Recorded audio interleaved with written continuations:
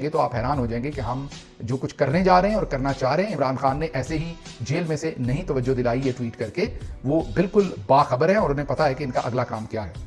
ذرا اسٹیٹمنٹ سننی ہے اور پھر آپ کو یقین نہیں آئے گا کہ یہ اسٹیٹمنٹ کس کی ہے، غور سے سنیے گا۔ بغیر کسی ابہام کے کہتا ہوں، افغانستان دشمن ملک ہے، ہماری سرزمین پر حملے ہوں، ہمارے بچوں کا خون بہایا جائے، یہاں موجود دہشت گرد ان سے امداد لیں، یہ ہمسایوں والی بات نہیں ہے۔ میں بغیر کسی ابہام کے کہتا ہوں کہ افغانستان ہمارا دشمن ملک ہے۔ سوچئے کس نے کہا ہوگا؟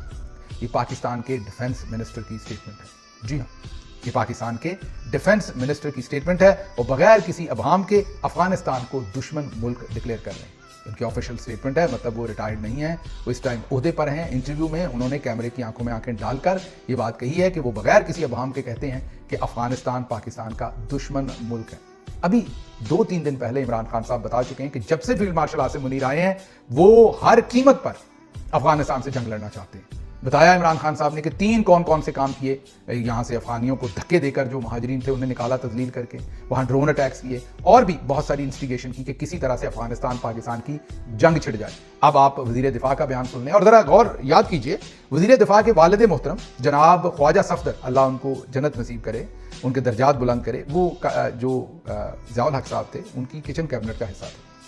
جو کچن کیبنٹ وہ ضروری کیبنٹ نہیں ہوتی، مطلب کچن کیبنٹ کا حصہ تھے، مطلب مین مشورہ دینے والوں میں سے ایک ہوتے تھے، یا دوسرے لفظوں میں خواجہ صاحب کے خاندان کو مین جاگ لگانے والے ضیاء الحق صاحب ہیں۔ انہی کی جوتیاں سیدھی کر کے یہ یہاں تک پہنچے اور خواجہ صاحب نیشنل ٹیلی ویژن پر اپنے والد کے کیے ہوئے کارناموں کی معافی بھی مانگ چکے ہیں کہ میرے والد جو ہیں وہ ایک ڈکٹیٹر کے ساتھ تھے، بوٹ کو عزت دیتے تھے، لیکن خواجہ صاحب کی اپنی ساری عمر بھی بوٹ کو عزت دینے میں گزری ہے اور اب نیشنل ٹیلی ویژن پر بیٹھ کر کہتے ہیں کہ یہ پہلی دفعہ ہوا ہے کہ جو ہائیبرڈ نظام ہے یہ پہلے ہی لے آنا چاہیے تھا ہمیں، یہ پہلی دفعہ آیا اور بڑے اس کے ہمیں ریزلٹس مل رہے ہیں، تو یہ ہم نے لیٹ کیا، ہمیں یہ ہائیبرڈ نظام بہت پہلے لانا چاہیے تھا۔ یہ خواجہ صاحب آپ سیاسی طور پر ہی ہائیبرڈ پیدائش ہے آپ کی، میں سیاسی طور پر کہہ رہا ہوں، آپ کی سیاسی پیدائش جو ہے وہ ہائیبرڈ ہے، آپ ہائیبرڈ نظام کے ہی چوزے ہیں، تو آپ کو ہمیشہ ہائیبرڈ نظام ہی اچھا لگنا ہے۔ اب خواجہ آصف صاحب کہہ رہے ہیں کہ جو ان کے والد محترم